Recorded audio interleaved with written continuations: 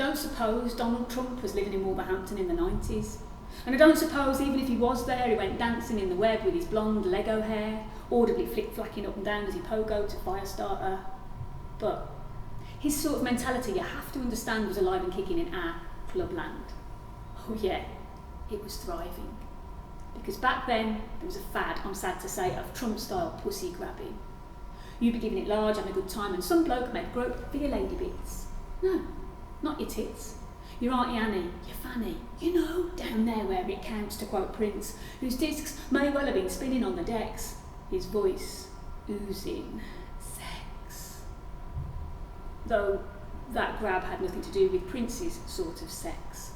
This was an invasion of space, a violation, the hot shock of humiliation. Yeah, that's how it felt. And then the guy would just melt into the crowd and you'd be, oh crap, did I just imagine that?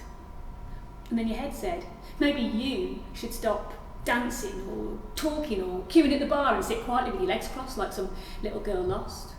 Or maybe just end the night and go home. Right, because every woman's place is there.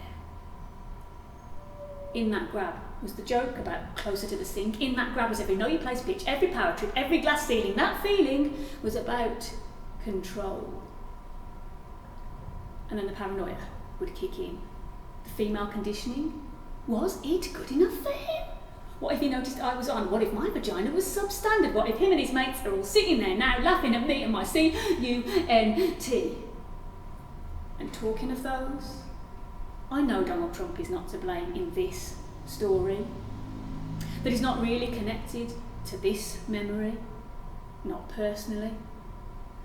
I mean, for example, he wasn't there the night my friend Shiv got grabbed like that. He wasn't there when she went home early, and it has to be said Trump wasn't there as she lay in bed for an hour or more, simmering, her black eyes flashing in her freckled face until she decided to wake her brother.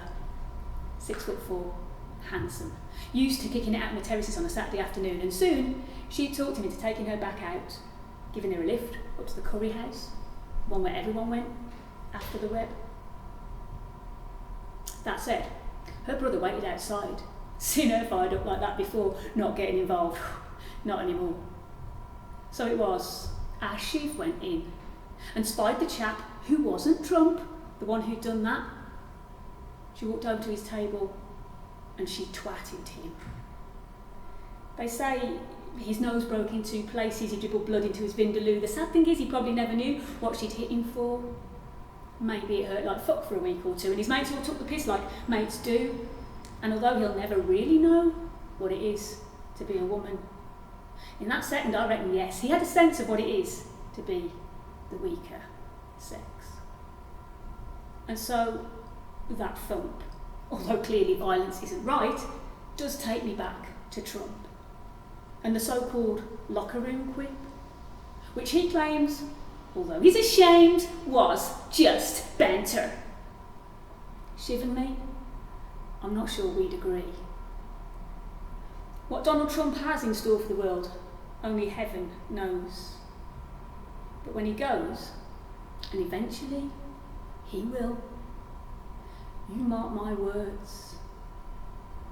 Pound to a penny, or penny to a pound.